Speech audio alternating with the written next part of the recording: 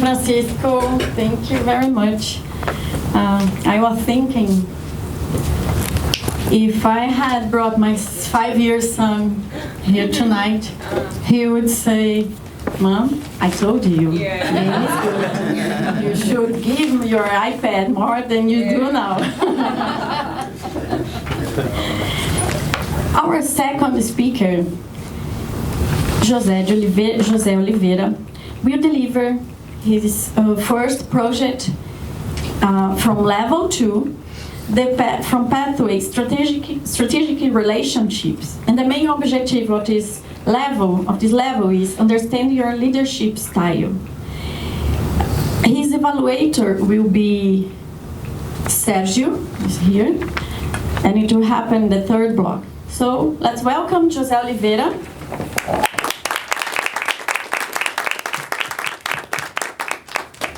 Thank you, José. Good evening, Toastmasters and honored guests.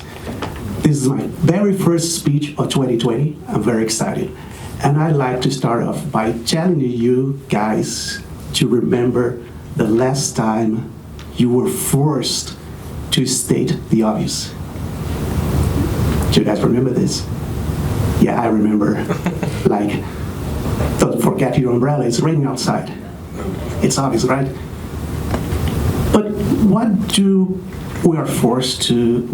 are we forced to state the obvious? We were supposed to neglect the obvious, right? Wrong. And this is the problem that I like to address today. 3 years ago, I decided to do something very exciting that I wasn't used to do. I take a train. When I get on the train, I read a sign saying, please don't sit on the floor. And I thought, this is ridiculous. Nobody would be sitting on the floor. The floor is dirty. At noon, I took the train back home, and I've seen lots of people on the floor. And I thought, this is amazing. Not the fact that people were sitting on the floor, the fact that what was common sense for me in the morning wasn't common sense for me at noon. I mean, I've learned a lesson. If it was for me, that sign would never have been created. So, I've been part of lots of teams, and I guess you guys, everybody here is part of a team. And I've been reading about the reason some teams thrive, some teams pull together, and some teams fail. When I was studying project management, I heard more than once that the most important thing when it comes to managing a project is communication. Obviously, right? Wrong. It's wrong because I've been thinking about this. We don't say the obvious. We try to ignore the obvious. We don't want to sound patronizing. You want to respect people. But the most important thing in a team, it doesn't matter what team, maybe a family, maybe a group of people like this, Toastmasters, maybe a soccer team, the most important thing is respect. But we don't know. We don't talk about respect because we assume everybody is going to be respecting each other. So we neglect the obvious. But think about this. Communication is important, but if I don't respect you, I won't talk to you. You won't talk to me. So there's no communication. If I don't respect you, I see a problem, I won't talk to you. And I guess you won't talk to me because you're not sure if I'm gonna react in a way that is appropriate. So this is obvious. Now, talking about leadership. Leaders are clever, so we're not supposed to say the obvious, right? Wrong. Okay, wrong. You guys know that. So, I learned this the hard way. When you gather a team, the first thing you need to let everybody know is that we're going to have some challenges. and one of them is respecting each other. For instance, I remember when I joined Toastmasters, and I've learned that we are supposed to clap when somebody comes on stage. We shake hands. Nobody told me this, but we are supposed to show respect to each other to create a safe environment. So I was reading this. It's very important that this guy wrote a book mentioning this. When you are at home, you lock the door at night. Why? Because you are afraid of what is outside. You're not afraid of what is inside of your family. You're not afraid of your family. You feel safe. Now imagine this. If you don't feel safe in a team, how can you lock the door inside and outside? The project is going to fail. I'm sure about this. So you as a team, you as a leader, need to say, okay, guys, we need to respect each other. This is going to be our challenge. And from now on, everybody here is going to be working together. What we're going to be delivering is not our goal. This is going to be the reflect of our work. So if we respect each other, we're going to thrive. We're going to pull together. So what is the power of obvious? The power of obvious, obviously, is saying the obvious. So instead of neglecting the obvious, for instance, I remember something that is funny. It's not that funny, it's tragic, actually. I remember I was watching a documentary on our airplane which crashed. The reason the airplane crashed, nobody could find, but the reason was so obvious.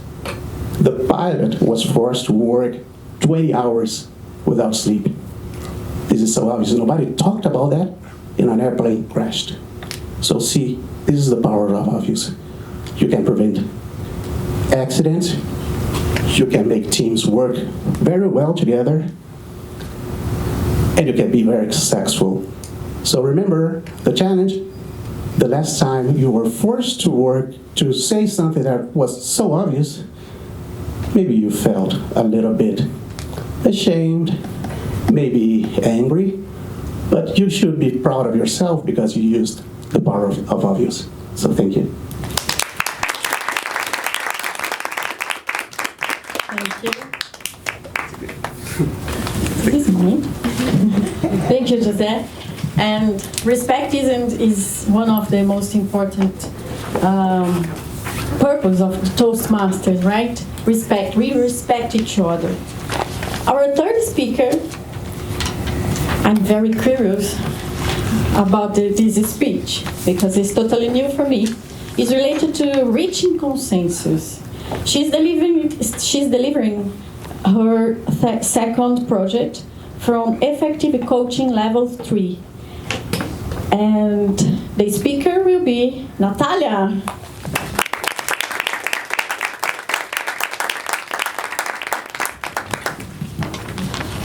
Thank you. So good evening, fellow Toastmasters and guests. Just so you know, for this project we have two options. I got the second one. Later on, if you want to know more details about our members, I can explain you later. Okay, so today I'm going to share with you some of my experiences. So people are invited to meetings because they have something to contribute. And if the people are at the meeting, we expect to hear from them. But we are different people. And we have drastically different personalities. Those personalities sometimes work together very well when you can have those great meetings. But sometimes those personalities just clash. And then we finish the meeting with a feeling that it was just useless. I've been working with sales for 15 years now, and most of my meetings are with people from different backgrounds, and I must tell you, it may be very, very hard to reach consensus. I've seen in my professional life people like decision makers, CEOs of the company now listen to the financial guys because they have different personalities, and they would make wrong decisions and now listen to the finance guy, and then they would be broken by the end of 1-2 years. So the communication to make those meetings and reach consensus is very important. So I was going to visit this client, and I thought to myself that it would be a good opportunity to practice this project. And this project was very interesting because I got to understand a little bit of those traits, those personalities. And once I got there, I got the whole picture. It was very different to me. Although I had this experience, it was a very nice thing. So I had with me, imagine I'm representing my company, I'm the salesperson. I have in my room the production guy, the finance guy, and the IT guy. The production guy, he has that dominant personality. The dominant personality is very easy to spot. It is the person who would speak very loudly. They would mean what they say, and they would have no problem whatsoever to get into an argue if they think that what they are saying is right. So this is the dominant person. The finance guy was the analytical person.